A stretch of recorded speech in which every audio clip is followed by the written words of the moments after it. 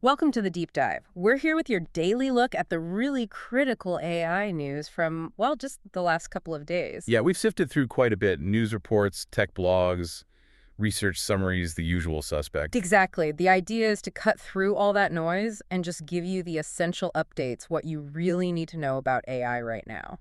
And there's definitely been movement. We're seeing some big shifts, in hardware strategy, new models being announced, and also how this stuff is actually hitting the real world. Okay, let's get right to it then. Let's do it. So, AI hardware, it's always a hot topic, seems fiercely competitive right now. Some big strategic moves happening. Definitely. First up, G42, they're a major player over in Abu Dhabi. They're partnering up with Mistral AI from France. Ah, interesting pairing. Yeah, and the goal is co-developing these next-gen AI platforms. It feels like part of that bigger trend, International partnership. Nations, Yeah.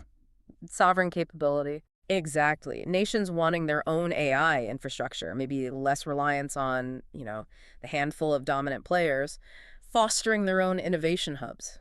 Makes sense. And G42, they're not just stopping with Mistral, are they? No, not at all. They're also linking up with OpenAI. Big plans there. Right. The huge AI data center, also in Abu Dhabi. Yeah, and the scale they're talking about, it just shows the incredible amount of computing power needed for what's coming next in AI. It really does. And speaking of compute power, look at Oracle. Oh, yeah, the NVIDIA chip investment. That number's huge. Around $40 billion, apparently. And it's specifically earmarked, right, for OpenAI's new mega facility down in Texas. Mm-hmm. It really highlights the race, doesn't it? Securing those resources is just paramount for AI growth right now, this capital flowing in. And it's not just about spending big. It's also navigating the tricky international rules, like NVIDIA. Ah, the China chip situation. Yeah, reports say they're launching a new AI chip specifically for the Chinese market.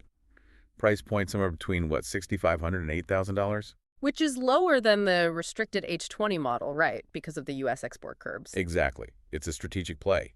Offers something that complies with restrictions, but keeps a foothold in a really key market. It's fascinating. And all this ties into that term you mentioned, sovereign AI. Right.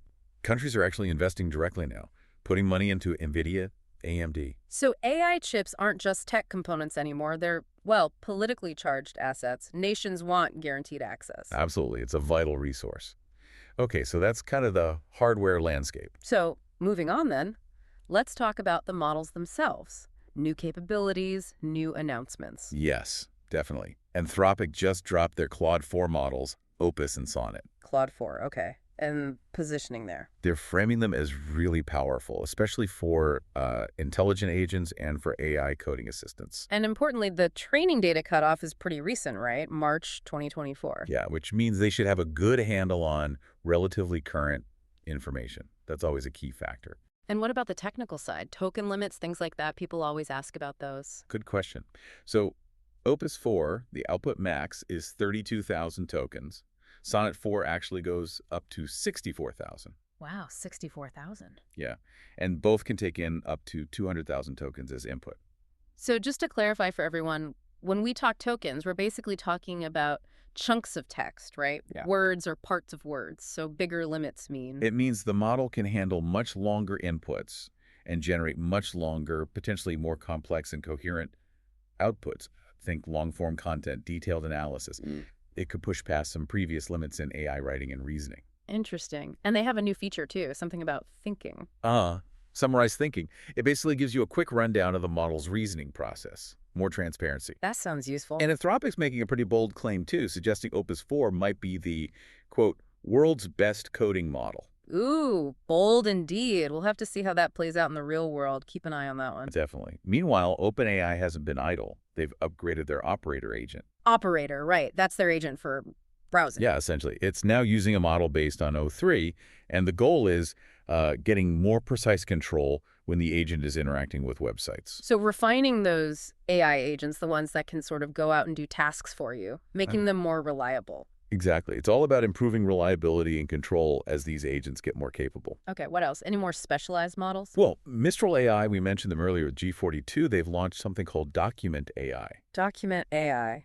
So for processing documents. Precisely. It's a platform focused on automating document workflows, extracting text with high accuracy. You can see how useful that would be for businesses. Oh, absolutely. Streamlining paperwork, data entry, Huge potential there. And then there's Microsoft. They're making claims about their Aurora AI. Aurora. What's that one focused on? Weather forecasting, apparently. They're saying it can accurately predict things like air quality, even typhoons, other weather events. Wow. AI and environmental science. If it's accurate, that could be incredibly valuable for warnings and preparation. For sure. And on the accessibility front, Google has Gemma 3N. Gemma 3N. What's the key feature there? It's designed to be lightweight, only needs about 2 gigabytes of RAM. 2 gigs? That's tiny. Right. The focus is on faster performance, specifically on CPUs, not necessarily needing powerful GPUs. That could really open up AI capabilities on a much wider range of devices, making it more accessible. Democratizing AI in a sense. That leads nicely into something else creating buzz, this VACE tool. Ah, yes, VACE. We saw that YouTube headline, didn't we? Free AI Video King is here. Big claim. Yeah, quite the headline. So what is VCE? It's local, right? That seems key. Exactly. It's a free AI video generation tool that runs locally on your machine, and it uses ControlNet. ControlNet.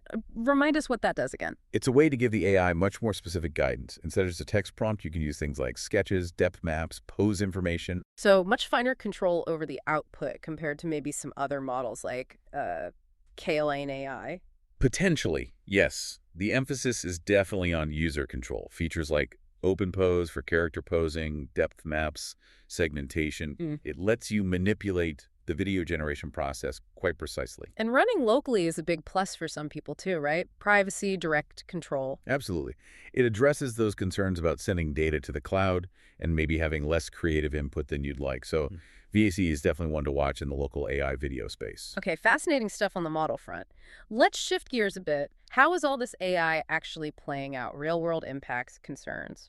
Well, there's a pretty stark example from the legal world. A U.S. judge is actually considering sanctions. Sanctions against who? Against attorneys who apparently used AI, possibly ChatGPT, in court filings. Then what went wrong? It generated fake case citations, in a prison case, no less. Oof, that's bad. Really bad. It really drives home the point, doesn't it? You absolutely have to verify AI-generated content. Yeah? Especially when the stakes are high, like in court. It's a tool, a powerful one, but it's not infallible. Not a substitute for human judgment and basic fact-checking? Wow. Okay, let's pivot slightly to some emerging concepts and maybe future directions. Sounds bad. What's on the horizon? Well, OpenAI made a pretty interesting acquisition. They bought a Jony Ives design firm. Jony Ive, the legendary Apple designer. That's the one. And the focus seems to be on building AI hardware, but with potentially new form factors. So not just phones or computers, something different. That's the speculation. One analyst even suggested something compact and elegant, maybe like an old iPod Shuffle, but for AI. Huh. An AI shuffle. Interesting thought. It suggests a move towards more integrated AI experiences, maybe different kinds of devices altogether. Exactly. The software leader teaming up with a top hardware designer. It signals something new might be brewing. What else is emerging? Any interesting research? There was a paper on something called groupthink. Groupthink. What's the concept? It's described as a token-level multi-agent reasoning paradigm. The goal is basically faster and more collaborative inference for large language models. Okay, inference being when the model actually generates the response or prediction? Right. So this research is looking at ways to make LMs work together more efficiently, kind of at a fundamental level, to speed things up and potentially improve the quality of reasoning. Making the models cooperate better internally. Yeah. Got it. And finally, there's a lot of talk about the combination of RAG, vector databases, and LLM search. RG, retrieval augmented generation. We've talked about that before. Yeah, where the AI pulls in relevant info from outside sources to enhance its answers. And those sources are often stored efficiently in vector databases. And this combo is being seen as the future for business intelligence. That's the idea. Using these techniques to let businesses tap into their own internal data much more effectively, using LLMs to find insights. It's about making BI more powerful and, well, intelligent. So wrapping things up from just the last few days, I mean, it's a whirlwind. Rapid hardware developments, these strategic partnerships. Yeah, really exciting new models pushing the limits, like Claude 4 and the work on agents. And we're seeing AI integrated more and more, but also bumping up against real-world challenges like that court case. Absolutely. From the massive investments in hardware, the new capabilities in models like Opus or tools like VACE, to the practical implications, the pace just doesn't let up. It really doesn't. Which brings us to our final thought for you today. With all these developments happening so quickly, hardware, software, applications, what stands out to you as the most significant thing we've discussed? It's a tough question, right? The field is just moving at such an incredible speed. Staying informed is, well, it's crucial. Definitely. Keep exploring these topics because they certainly won't stand still. Thanks for joining us on the deep dive.